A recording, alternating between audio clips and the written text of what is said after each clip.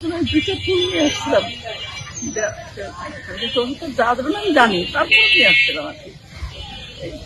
আজকে তার স্মরণ করতেছি, আমি বহুবার বসে আসছি, উনি বেশি দেখতে আসছি। আমার মিউজিয়াম হলো না, ওনাকে মেরে ফেলার পরে আমি নিজে 3-4 বার আসছি। আমার হাজবেন্ডকে যুদ্ধের সময় তখন আমার খুব কম বয়স, 71-এ। তো নভেম্বর মাসে ওনাকে আলবুকের বাহিনীরা ধরে নিয়ে যায়, মেরে ফেলছে। তখন আমার নতুন বিয়ে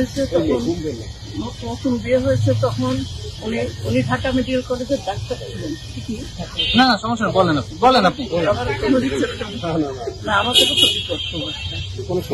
হ্যাঁ, তখন আমার হাজবেন্ড যখন নিয়ে গেল, তখন তো আমার বিয়ের বয়স মাত্র 1 বছর পুরো হয়নি। তখন আমার বাচ্চাটা পেটে ছিল, তো তার দেশ স্বাধীন হওয়ার পরে 14 জানুয়ারিতে আমার ছেলের জন্ম হলো। ও বাবা দেখে নেই। তো আমি এখন মেলিফিন্ডে থাকি, সাথে সেই ওই সময় একটা বাসা একেবারে দেয় নাই, মানে ভাড়া দিতে হয়, কিন্তু একটা বাসা দেখে জীবনটা কেটে গেল আর কি। আমি আসছিলাম যেহেতু আমাদের জাতির জন্য, আজকে সে মানে তাকে হত্যা করেছে, তারপরও আমাদের হয়তো কিছু ভুল ছিল, আমাদের সেই ভুলের জন্য আজকে দিতে হচ্ছে। হ্যাঁ, সেগুলো নাই বা নাম বললাম। তো সেটার জন্য 2টা ফুল নিয়ে আসছিলাম, যা দেবেন আমি জানি, তারপরে নিয়ে আসছিলাম আর কি। আজকে তার স্মরণ করতেছি, আমি বহুবার বসে আসছি, উনি বেশি দেখতে আসছি। আমার মিউজিয়াম হলো না, ওনাকে মেরে ফেলার পরে আমি নিজে 3-4 বার আসছি। তার কোনো চিহ্ন তো নাই, শুধু একটা জায়গায়। কিন্তু আওয়ামী লীগের পক্ষ থেকে তো তারা ভুল স্বীকার করছেন। তারা তখন যারা ভুল করে না, তারা কি স্বীকার করে? আচ্ছা, আজকে যেখানে জনসাধারণের প্রবেশটা নিষেধ, তারপরেও কি জন্য আসা হলো? আজকে জনসাধারণের প্রবেশ এখানে নিষেধ, এই বিষয়ে আপনি জানতেন কিনা? আজকে এখানে আসা নিষেধ ছিল, আপনি জানতেন কিনা? আমি জানি। তারপরে কেন আসছে?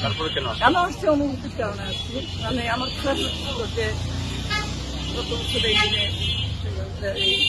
এই দিনে মারা গেছে, তখন আমার মনে আছে, তখন আমার বয়সও কম, আর আবার ছেলেটা একেও ছোট। আমি হঠাৎ করে ফোন আসতো যে বঙ্গবন্ধুকে মেরে ফেলছে। তখন তো আবার তাড়াতাড়ি করে ব্যাপার এখনো মনে আছে, আমি কিন্তু ভয় পাচ্ছি। আমি কিন্তু কোনো কিছু নিরাপত্তা নেই আমার। মনে হচ্ছে উনি উনি বাবা, মানে বাবা মরে গেলে মানুষের অস্বাভাবিক করে না, আমি ঠিক ওরকম একটা ফিলিংস মনে ছিল।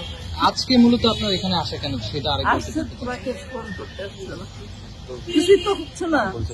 আজকে উনি যদি যেসব কারণে আজকে এই অবস্থা হচ্ছে, সেটা তো আমি নাইবা বললাম যে ভুলগুলো ওনাদের মানে বুঝে নিতে হবে, সবটা তো। আপনার কাছে একটু জানতে চাই যে আওয়ামী লীগের ভুল স্বীকার করা উচিত কিনা?